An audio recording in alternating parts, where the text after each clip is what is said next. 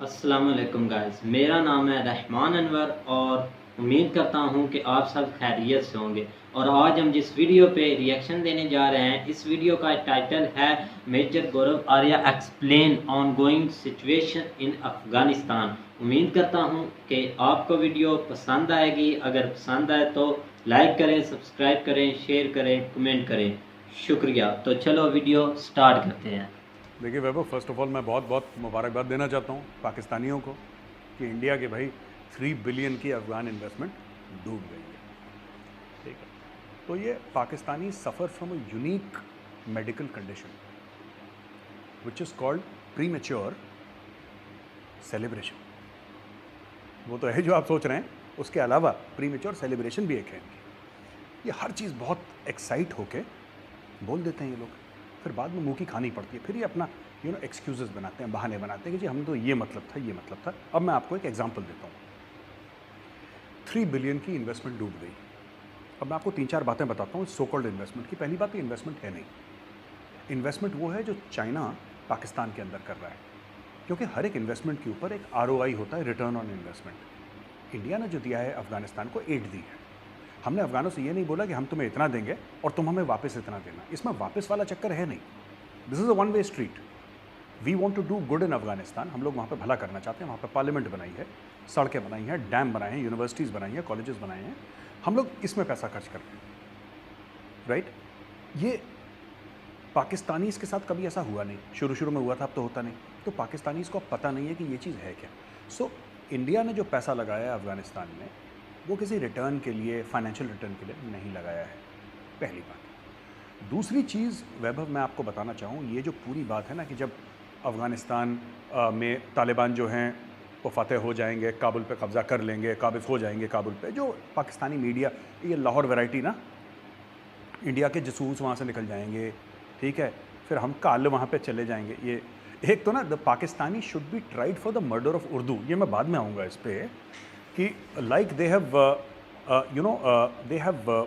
Murdered the Baloch. And I don't want to make light of this situation. मैं इसको हल्का नहीं बनाना चाह रहा। उन्होंने पश्तूनों को मारा, महाजरों को मारा। उन्होंने सबसे बड़ा कत्ल करा है खुद, जिसको अपनी मादर ज़बान ये लोग कहते हैं, सिंथेटिक आर्टिफिशियल उर्दू, उसको भी मारा है। ये जो जितने भी लाहौरी एंकर हैं ख़ास तौर से, ये बड़े बड़े बड़के मारनी है वहाँ पे कि अब तो तालिबान हमारे कब्ज़े में, ठोक दिया। इनके कप्तान को मार दिया, अब्दुल बासित था उसका नाम। एक और अफ़ान करके कैप्टन अफ़ान था, उसको मारा। हर रोज़ पाकिस्तानी आर्मी को मार रहे हैं, हर रोज़ अफ़गान मार रहे हैं।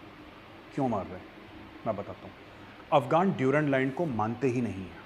जो पाकिस्तान और अफ़गानिस्तान का डिफैक्टो बॉर्डर है, उसको अफ़गान मानते ही नहीं है। ये कहते हैं गलत है, हम मानते नहीं इसको। और जो तालिबान है वो तो पश्तो हैं सब के सब, पश्तो स्पीकिंग है सब के सब ना, वो तो पठान है। उनकी रिश्तेदारी इधर भी है उधर भी है। जो पाकिस्तान में रेफ्यूजी क्राइसिस हुआ था 1979-89 के बीच में, जब 3 to 4 मिलियन पश्तून रेफ्यूजीज़ आए थे, वो कहाँ गए? वो कराची गए, वो कुछ इस्लामाबाद गए, कुछ लाहौर गए, कुछ पेशावर के बाहर कैंप्स में रहे, कुछ पेशावर के अंदर घुस गए, पूरे पाकिस्तान में फैल गए वो। तो क्या पश्तून नेशनलिज्म मर गई क्या? वो तो ज़िंदा है, वो तो ज़िंदा है। आप मोहसिन दावर को आप जेल में डाल दोगे, आप अली वज़ीर को उठा लोगे, राइट, आप मंजूर पश्तीन के ऊपर तशद्दुद करोगे, राइट। ये सब किसी न किसी खाते में तो लिखा जा रहा है वैभव, किसी न किसी खाते में लिखा जा रहा है। मेंबर ऑफ नेशनल असेंबली को आपने रातों रात उठा दिया, जैसे कि कोई रेडी चलता सड़क वाला आदमी हो जो रेडी चला रहा हो। He is a member of the national assembly. उठा लिया आपने, क्योंकि आप उठा सकते हैं, ISI का राज है, आपने उठा लिया। अब क्या होगा? अब होगा ये, दे विल बी अ हिटबैक, और हिटबैक इनका शुरू हो गया। तालिबान वालों ने हाल फिलहाल में ही 10-15 दिन पहले, मैंने ट्वीट भी करा था, उन्होंने कचहरी लगाई अपनी गिलगित बाल्टिस्तान में। ये गिलगित बाल्टिस्तान एरिया तो वही है अफगानिस्तान से लगा हुआ, बिल्कुल। उन्होंने नहीं, पहले कचहरी लगाई, जिरगा बाद में लगा उनका जिरगा लग रहा है वहाँ पे खैबर पख्तूनख्वा एरिया में। They have started amending the rules. उन्होंने भाई कानून अमेंड करना शुरू कर दिया। तो सबसे पहले ये जो पाकिस्तानी लाहौरिये जो TV एंकर्स हैं, राइट, जो ये कह रहे हैं कि साहब इंडिया के $3 बिलियन डूब गए, हमारे पास हैं इसलिए डूब गए, हमारे पास हैं, हमारे लिए $3 बिलियन कुछ भी नहीं है, 3 और डुबा देंगे। तो रईस लोग हैं, पैसा है, फुकरे तो है नहीं तुम्हारी तरह। तो पहली चीज़, हमारे $3 बिलियन की फिक्र ना करो, ये सोचो कि उन चीनियों को कैसे बचाओगे। 9-10 चीनी ठोक दिए उन्होंने, अब वो और मारेंगे चीनियों को। उसका कारण है Taliban cannot be controlled, you cannot reason with the Taliban. Pakistan को अब ये सोचना है कि अगर तालिबान आ गया काबुल में, जैसे पाकिस्तान ने एक बार रिकॉग्नाइज करा था, आपको याद होगा, डिप्लोमेटिकली रिकॉग्नाइज करा था तालिबान को as a legitimate regime. Saudi Arabia ने करा था, यूएई ने करा था, पाकिस्तान ने करा था। सऊदी यूएई ने साफ मना कर दिया, और तालिबान उनको कुछ बिगाड़ भी नहीं सकता क्योंकि बहुत दूर है, तालिबान का वहाँ पे रीच नहीं है। लेकिन पाकिस्तान के अंदर तो रीच है ना, ये तो घुसे हुए हैं अंदर, पाकिस्तान की एस्टैब्लिशमेंट है। और पश्तून्स सेकंड लार्जेस्ट जो मेजॉरिटी है, जो पाकिस्तान में सेकंड लार्जेस्ट मेजॉरिटी है आफ्टर द पंजाबीज, वो किसकी है? पश्तूनों की है। इन दी आर्म्ड फोर्सेस, ब्यूरोक्रेसी पश्तूनों की है, भरे हुए हैं पश्तून। अब आप देख लीजिए क्या होने वाला है आगे आगे। Very interesting times for Pakistan. ये जितने भी ये लाहौरिये है ना, जसूस हैं ये है ना, ये जितने भी लुडियाँ पाते हैं, बंगड़े पाते हैं ना, 3 मिलियन डूब गई, 3 बिलियन डूब गई, ये सब, इनको अभी आटे दाल का वैभव भाव पता लगने वाला है कुछ दिनों में। वैभव, ये जो ड्यूरेंट लाइन की हम बात करते हैं, at the core of the Durand line issue is Pashtun nationalism. मैं अपने दोस्त से बात कर रहा था पेशावर में, सहाफ़ी हैं, so he told me something very interesting. He said कि मेजर साहब, Pashtun for 5000 years, right, Muslim for 1400 years and Pakistani for 74 years. तो मैंने बोला ये तो नवाबजादा अकबर बुख्ती साहब का कोट है, ऑन रिकॉर्ड है, वो तो बलोचों के लिए कहते थे। कहता हमारे लिए क्या गलत है quote, it is true for us also. And Pashtun nationalism like Baloch nationalism is alive. अब आप इसके दो एक्सट्रीम पहलू हैं। एक पहलू है मुल्ला उमर वाला थॉट प्रोसेस, तालिबान, औरतें नहीं जाएंगी, पढ़ेंगी नहीं, पत्थर से मार दिया जाएगा, स्टोनिंग टू डेथ, हाथ काट दिए जाएंगे, टिपिकल इस्लामिक शरिया लॉ, एक वो है। दूसरी उसकी सूरत है जो लोग थोड़े से मार्क्सिस्ट कम्युनिस्ट आइडियोलॉजी वाले हैं, they are also Pashtun nationalists. उसमें आपके सेक्युलर उनको बोलना ठीक रहेगा नहीं रहेगा मुझे नहीं पता, लेकिन वो मोहसिन दावर टाइप के, अली वज़ीर टाइप के, मंजूर पश्तून एनपी टाइप, यस। तो ये सब चीज़ें जो चल रही है ना पाकिस्तान में, ये पाकिस्तान की सबसे बड़ी फॉल्ट लाइन है। और ये कहीं ना कहीं हमें ये बात समझनी पड़ेगी कि पाकिस्तान के लिए बहुत बुरे दिन आ रहे हैं। 3 से लेकर 6 महीने में देख लेना, पूरे पाकिस्तान को जुकाम लगने वाला है, क्योंकि इन्होंने कभी समझा नहीं, हर समय अपनी हाइट से, अपने कद से ऊपर बात करने की कोशिश करी। जिसको ये सबसे बड़ा अपना एसेट समझते थे ना, जियो स्ट्रैटेजिक लोकेशन, सबसे बड़ा एसेट समझते थे, आज की तारीख में पाकिस्तान के लिए सबसे बड़ी लाइबिलिटी है जियो स्ट्रैटेजिक लोकेशन, सबसे बड़ी लाइबिलिटी है जियो स्ट्रैटेजिक लोकेशन। और करो, स्ट्रैटेजिक डेप्थ करनी है अफगानिस्तान में, करो। अरे they do not recognise the Taliban, जिसको ये अपना एसेट समझते हैं कि तालिबान आ गए तो वो भी मुसलमान थे, असी भी मुसलमान तो सही मुसलमान। ये जो पाकिस्तान नॉर्मल ड्रामा करता है, लाहौरी एंकर चिल्लाते हैं, वो तो रिकॉग्नाइज नहीं करते तुम्हारी सॉवरेनिटी। वो तो कहते हैं मरगला हिल्स का एरिया जो है, वो मरी मरगला हिल्स वाला एरिया, वो सब ग्रेटर अफगानिस्तान का पार्ट है। वो लोग तो ऑन रिकॉर्ड कहते हैं, दे से दैट। एंड तालिबान के स्पोक्स पर्सन ने क्या बोला कि we will not take dictation from anybody including Islamabad. भागो यहाँ से। देखो 20 साल गुफा में रहे हैं तालिबान, ठीक है, अब उन्होंने थोड़ी सी डिप्लोमेसी भी सीख ली है, उन्होंने थोड़ी सी बातचीत भी सीख ली है, और 20 सालों में वैभव तालिबान को ये पता लग गया है कि दुनिया काम कैसे करती है। मैं ये नहीं कह रहा कि बड़े सेक्युलर बन गए हैं तालिबान और लिबरल बन गए हैं और women's education and gay rights, ये सब, ये कभी नहीं होगा। माइंडसेट देखो, कोर तो वही रहता है ना आदमी का, थोड़ा सा कोर कभी चेंज नहीं होता, थोड़ा सा शिफ्ट हो जाता है, थोड़ा सा मॉडिफाई हो जाता है, but core remains the same.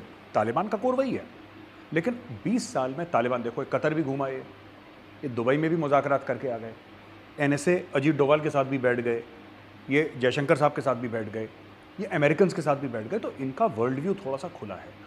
अब ये वो तालिबान नहीं है मुल्ला उमर वाले जो टोरा बोरा के गुफाओं में घूमते थे, अब ये मर्सिडीज़ रोल्स रॉयस में चलने वाले तालिबान है।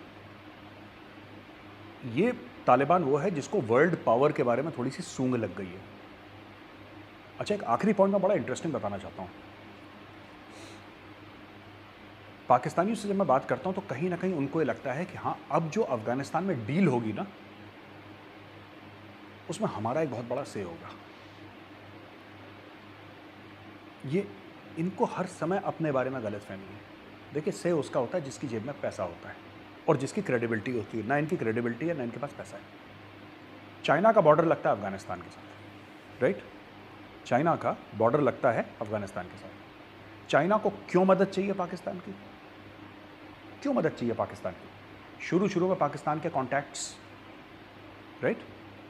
पाकिस्तान के पुराने जो फौजी हैं, रिटायर्ड वेटरन्स, उनको ले लेंगे, पाकिस्तानी आर्मी की हेल्प ले लेंगे, अपने कॉन्टैक्ट्स बनाएंगे, फिर पाकिस्तानियों को फेंक देंगे बाहर और पाकिस्तानियों से बोलेंगे कि तुम हमारी इन्वेस्टमेंट अफगानिस्तान में प्रोटेक्ट करो, क्योंकि चाइना अपनी फौज नहीं भेजेगा। एक बात ध्यान रखना वैभव, चाइना जो नेवल पावर है अपना, वो चाहे हनुमान टोटा पोर्ट भेज दे, ग्वादर भेज दे, boots on the ground China नहीं करेगा। China is very smart. इनकी तरह बेवकूफ़ नहीं है कि किसी ने $5 फेंके और ये चलेगा अपना हथियार लेके मुजाहिद बनने के लिए। हर जगह पहुंच जाते हैं ना ये लड़ाई लड़ने के लिए कि सहराओं में दौड़ा दिए घोड़े हमने, ये नौटंकी इकबाल की कोट करते रहते हैं, drama. China is very smart. China बोलेगा हम आएंगे वहाँ पे, हम आएंगे अफगानिस्तान में, हम पैसा लगाएंगे, हम अफगानिस्तान को कंट्रोल करने के लिए वहाँ पे आएंगे और बिलियंस ऑफ डॉलर्स खर्च करेंगे। हो सकता है चाइना ऐसा करे, लेकिन उसमें पाकिस्तान का क्या रोल रहेगा? क्या उनको राहदारी चाहिए पाकिस्तान से? नहीं चाहिए। चाइना का बॉर्डर लगता है अफगानिस्तान के साथ, उनको चाहिए क्या? थोड़ा सा मेल मिलाप, $4-5 बिलियन लो, तुम भागो यहाँ से, चाइना खुद संभालेगा। और इनको बोलेंगे कि तुम अपनी फौज इस्तेमाल करो हमें प्रोटेक्ट करने के लिए। और आखिरी चीज़, हमारे भाई साहब बुजुर्ग, हमारे मुबश्शिर लुकमान, जय हो प्रभु, प्रभु ने क्या बोला अपने एक व्लॉग में, उनको पता नहीं आकाशवाणी आती है कहीं को, फरिश्ते उनके कान में फुसफुसाते हैं, उनका A+ कोई सोर्स है यार, पता नहीं कौन है A+ सोर्स उनका। कान में अगर पड़ी बात हो प्लस फवाद चौधरी का फर्क पड़ता है। वो थोड़ा लव फ्रॉम फवाद चौधरी भी चलता है उनका। उनके A+ सोर्स ने, I don't know the meaning of A+ source, उनका एक A+ सोर्स है। मुबश्शिर लुकमान साहब ने ये बोला है कि मुझे मेरे A+ सोर्स ने बताया है, जैसे बोलते हैं ना सर ऐसे करके, कि साहब इंडिया और अमेरिका की डील हो गई है। ये इंडिया को नहीं पता, ये अमेरिका को नहीं पता, ये मुबश्शिर लुकमान को पता है, ठीक है? मैंने बोला लाहौरिया ऐसी हैं ये, इनकी डील हो गई है। क्या डील हुई है कि अमेरिका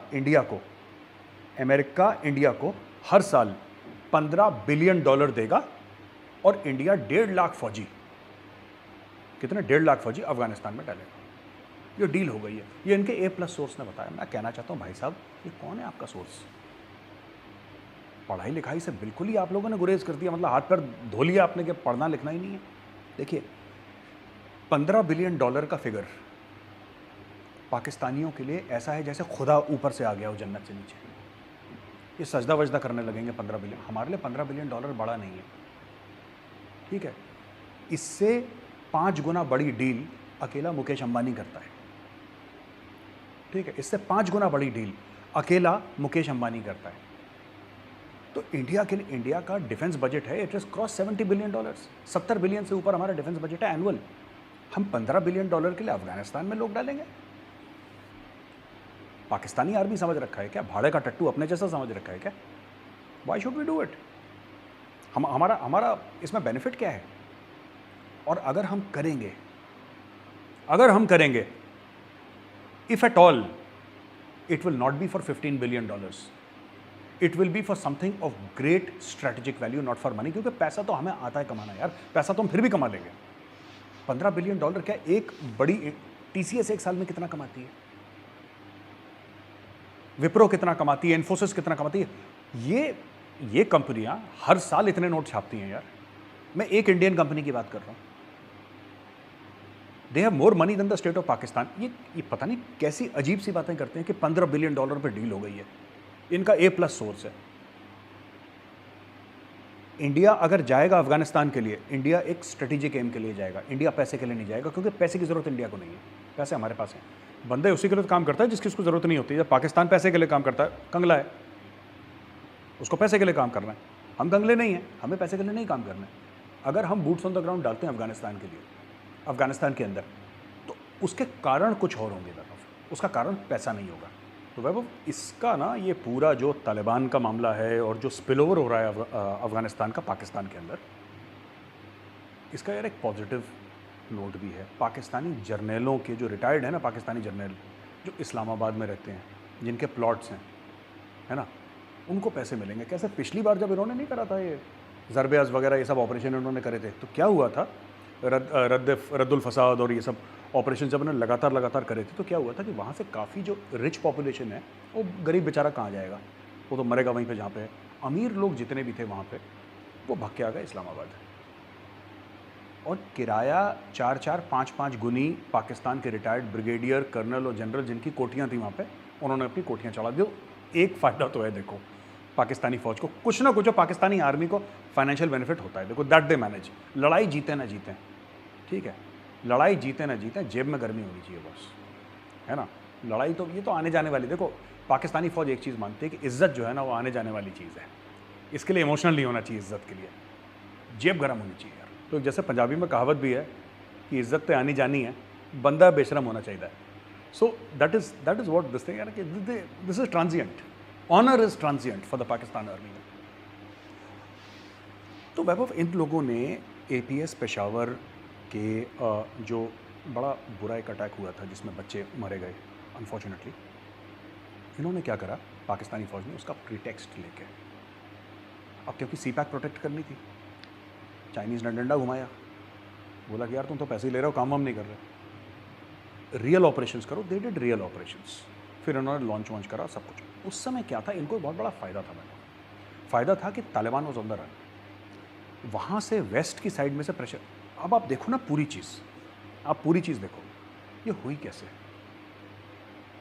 आप इंडिया का सीज़ फायर देखो, जो लाइन ऑफ कंट्रोल पे सीज़ फायर हुआ है। सो पाकिस्तान में दर्शकों को बताऊं, तो पाकिस्तान ऐसा लंबा साइज़ में है, राइट। उसकी जो विड्थ है पाकिस्तान की, वो बहुत कम है, इसलिए हर समय स्ट्रैटेजिक डेप्थ की गाना गाते हैं उनके जनरल्स, जो स्टोरी अभी इनकी फेल हो चुकी है। उनका ईस्टर्न बॉर्डर है इंडिया के साथ और वेस्टर्न बॉर्डर है अफगानिस्तान के साथ, फिर उनका चीन के साथ भी है, फिर उनका ईरान के साथ भी है, फिर दाएं बाएं, बट बेसिक उनका जो 2 बड़े बॉर्डर हैं, इंडिया के साथ ईस्ट में और अफगानिस्तान के साथ वेस्ट में। Pakistan can not fight on both the borders.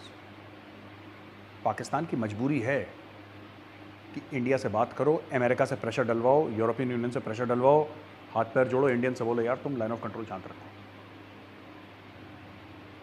अब देखो इंडिया क्या कर सकती है, कुछ नहीं करना। जिसको कहते हैं ना दर्जे हरारत बढ़ाओ 3 महीने के बाद लाइन ऑफ कंट्रोल पर। Indian army should increase the temperature on the line of control. Pakistan का गला सूख जाएगा। इनको ये नहीं पता लगेगा कि वहाँ पे तालिबान से डील कर रहे हैं, जिनको कहते थे हमारे मुसलमान भाई हैं, वही पकड़ के इनको ठोकेंगे, बिकॉज दे डोंट रियलाइज। अच्छा, अफगानों का एक और मसला है। एक बंदा है काबुल में, he runs A news agency, ठीक है, मैं नाम नहीं लूँगा फॉर सिक्योरिटी रीजंस, तो मेरी उससे अच्छी बातचीत है। I have never met him, but मेरी अच्छी बातचीत है। ही वॉज टेलिंग मी, यार उसने बड़ी अच्छी बात बताई मुझे। वो मुझसे कहता है कि मेजर साहब, जो CPAC के प्रोजेक्ट्स, ठीक है, जो पुराने नॉर्थ वेस्ट फ्रंटियर प्रोविंस से और अभी के खैबर पख्तूनख्वा से जा रहे हैं, है ना, those do not belong to the Pakistanis, those belong to the Pashtuns. अच्छा, इनका एक और कहना है कि ये हमारी ज़मीन पे तुम बना रहे हो। जैसे बलोच इनसे नहीं कहते कि ग्वादर हमारी ज़मीन पे, पाकिस्तान की ज़मीन पे थोड़ना है, वही चीज़ पश्तून भी इनसे कह रहे हैं। यही चीज़ पश्तून भी इनसे कह रहे हैं कि भाई देखो, साफ सीधी बात है, ये जो बन रहा है ये हमारी ज़मीन पे बन रहा है, हम चाइना के साथ डील करेंगे, तुम कहाँ से आ गए बीच में भाई। तो पाकिस्तान की सॉवरेनिटी जो है, पाकिस्तान की सॉवरेनिटी देखो, पाकिस्तान की sovereignty is the easiest available saleable commodity in the market. कभी चीनियों ने खरीदी, कभी अमरीकियों ने खरीदी, कभी सऊदियों ने खरीदी, कभी UAE वालों ने खरीदी, राइट। पाकिस्तान की सॉवरेनिटी, जिसने नहीं खरीदी वो तालिबान है, उसने मुफ्त में ले ली। तालिबान कहता हम पैसे क्यों दे, तो हमारा ही है, उन्होंने वैसे ही हड़प लिया। ये सब चीज़ें हैं। आप देखिए ना, फ्रॉड कितना बड़ा है वैभव, झूठ कितना बड़ा है, फरेब कितना बड़ा है अपने खुद के लोगों के साथ। और मुझे कहीं ना कहीं, मैं पाकिस्तानियों पे मुझे रहम आते आते फिर रुक जाता है यार। फिर मुझे लगता है यार कि पता नहीं दे डिजर्व रहम और they don't deserve. Absolutely not. Imran Khan के डायलॉग एब्सोल्युटली नॉट। थोड़ा सा आप इन्वेस्टिगेट करें। कि मैं पूछना चाहता हूँ, ये लाहौर के जो बड़े बड़े एंकर हैं ना, जो जसूस कार रहे हैं, जा रहे हैं, जो उर्दू का कत्ल करते हैं, उर्दू के कातिलों से मैं एक बात पूछना चाहता हूँ। ए उर्दू के कातिलों, एक बात बताओ मुझे, वो कौन सा अमेरिकन अफसर था जिसने बेसिस मांगे आपसे? आप उसका नाम बताइए। वो कौन सी चिट्ठी थी जिसके थ्रू आपसे बेसिस मांगे? वो कौन सा टेलीफोन कॉल था? वो कौन सा फैक्स था? वो कौन सा टेलीग्राम था? वो कौन सा बंदा था जो पर्सनली आके मिला और जिसने बोला कि अमेरिका को बेसिस चाहिए? तो जैसा कि गाइस आप वीडियो देख रहे थे कि मेजर गौरव ये एक्सप्लेन कर रहे थे कि दूसरा अफ़गानिस्तान में इस वक्त हालात क्या चल रहे हैं, मतलब कि सिचुएशन क्या है। तो इसी पे बात कर रहे थे मेजर गौरव, ठीक है। तो इसी में वो एक एग्जांपल दे रहे थे कि जो कि इंडिया का ना $3 मिलियन वो डूब गया, ठीक है। वो कैसे डूबे कि वो बोलते हैं कि वहाँ जो मतलब कि इन्वेस्टमेंट के लिए हमने नहीं दिए थे, ठीक है। तो हर एक मतलब कंट्री है ना, वो एक चाहती है कि हमारे हर कंट्री में कोई ना कोई चीज़ हो, ठीक है। तो मतलब जैसे अमेरिका ने इंडिया के साथ मिलके दूसरा इंडिया में बनाई हुई है ना चीज़ें, ऐसे ही है ना कि हर एक कंट्री चाहती है कि हमारे स्कूल्स कॉलेज मतलब या कुछ भी, ठीक है ना। जैसे एक कंपनी बना लेते हैं, चाइना ने कंपनी बनाई हुई है बहुत पाकिस्तान में, पाकिस्तान की कंपनी होगी चाइना में, ठीक है। अगर यहीं पे आप देख सकते हैं कि अगर अमेरिका ने कोई कंपनी इधर इंडिया में बनाई हुई है ना, तो ज़रूर इंडिया ने भी कोई अमेरिका में कंपनी बनाई होगी, ठीक है। बनी हुई है, बनाई हुई नहीं होगी, बनी हुई है, ठीक है। तो ऐसे ही ना $3 मिलियन जो है ना इंडिया के मतलब ज़ाया हो गया, कोई फ़ायदा नहीं हुआ।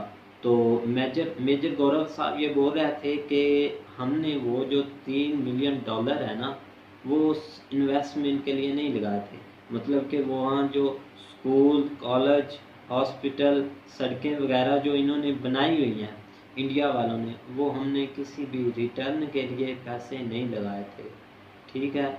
तो इस तरह ना जैसे वो बोल रहा था, जैसे चाइना है वो पाकिस्तान से इन्वेस्ट कर रहा है, मतलब कि इन्वेस्ट ऐसे कर रहा है कि उन्होंने अपनी कंपनी बनाई हुई है बहुत सी इधर, तो इसलिए वो इन्वेस्ट कर रहा है, मतलब जो कि वहाँ से वो पैसे आते हैं इन्वेस्ट ही होती है उनकी, ठीक है। तो ऐसे ही हर कंट्री दूसरे मुल्क से इन्वेस्ट कर रही है, जो भी है कि मतलब कि अगर इंडिया से अमेरिका कर रहा है, ठीक है, तो इंडिया अमेरिका से कर रहा है, ऐसे ही इंडिया और मुल्क से कर रहा है। मतलब जैसे कि अब आप देख रहे हैं कि जो बुलेट ट्रेन है, तो वो इनका कॉन्ट्रैक्ट हुआ है जापान से, ठीक है।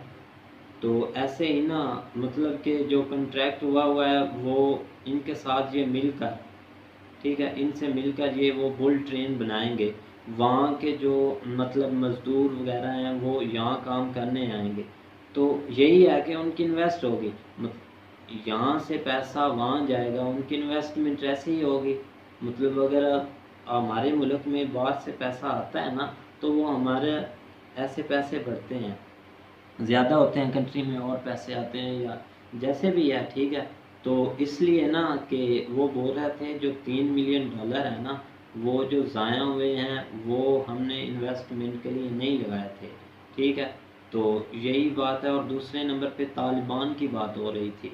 जो तालिबान है वो पहले गुफा में रहते थे, पहाड़ों में रहते थे, जो कि उन्होंने 20 साल, ठीक है, 20 साल पूरे उनने दूसरा पहाड़ों में गुजारे हैं।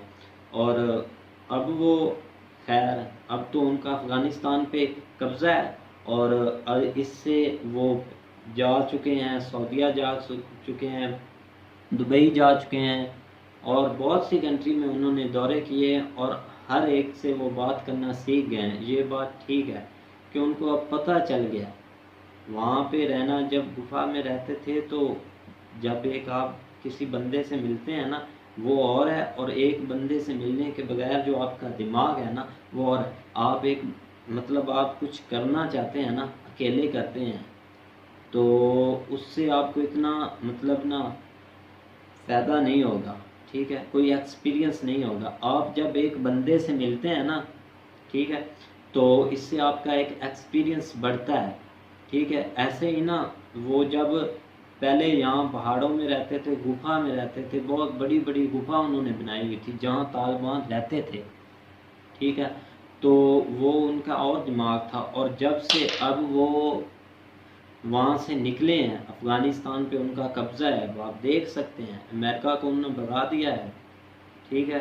अब उन्होंने कब्ज़ा किया हुआ है, और तालिबान पे वैसे भी दूसरा ना, तालिबान पे कोई कब्ज़ा इन पश्तून से कोई मुकाबला कर ही नहीं सकता, जहाँ तक मेरा ख्याल है ना, इनसे कोई मुकाबला कर ही नहीं सकता, ठीक है। जो इस यहाँ पे एक मुझे मिसाल याद आती है कि मैंने ना कुछ दिन पहले पढ़ी थी कि एक सिकंदर आज़म था, ठीक है। उन्होंने 6 साल में आधी दुनिया पे हुकूमत कर ली थी, ठीक है ना। तो वो उसके बाद ना यहाँ आगे आ गया पश्तून की तरफ, ठीक है। और जब ना उसने 4 साल मुकाबला जो है पश्तून के साथ किया, ठीक है। 4 साल उसने मुकाबला किया, और सिकंदर आज़म की माँ ने उसको ख़त लिखा, उनको ख़त लिखा कि बेटा आपने 6 साल में आधी दुनिया पे कब्ज़ा कर लिया, और आप अब 4 साल हो गए आप यहीं लड़ रहे हो। तो सिकंदर आज़म ने जवाब दिया कि माँ आपने तो एक सिकंदर आज़म पैदा किया था, और यहाँ हर माँ ने एक सिकंदर आज़म पैदा किया हुआ है। ऐसे ही मिसाल ले लें कि पश्तून का मुकाबला कोई नहीं कर सकता, मेरे हिसाब से तो कोई भी नहीं कर सकता, और आगे नहीं हम जाते। तो यही बात हो रही थी कि जब एक बंदा अलहदा बैठकर कुछ सोचता है ना कि मैं ये करूँगा वो करूँगा, वो एक अलहदा बात है। जब एक आप अगले बंदे से मिलते हैं ना, तो फिर कोई काम करते हैं, आपको आप उसका माइंड पढ़ लेते हैं कि इसके माइंड में क्या चल रहा है, वहाँ से आपको और एक्सपीरियंस होता है काम का। ऐसे ही जो तालिबान है, वो पहले गुफा में रहते थे, इस तरह सोचते थे, जब उन्होंने दौरे किए, ठीक है, दुबई, सऊदीया और जहाँ जहाँ गए थे, ठीक है, तो इससे उनका एक्सपीरियंस बढ़ गया है, और वैसे भी अब उन्होंने हुकूमत कर लिया है। उम्मीद करता हूँ कि आपको वीडियो पसंद आई होगी। अगर पसंद आई है तो लाइक करें, सब्सक्राइब करें। Thank you so much for watching.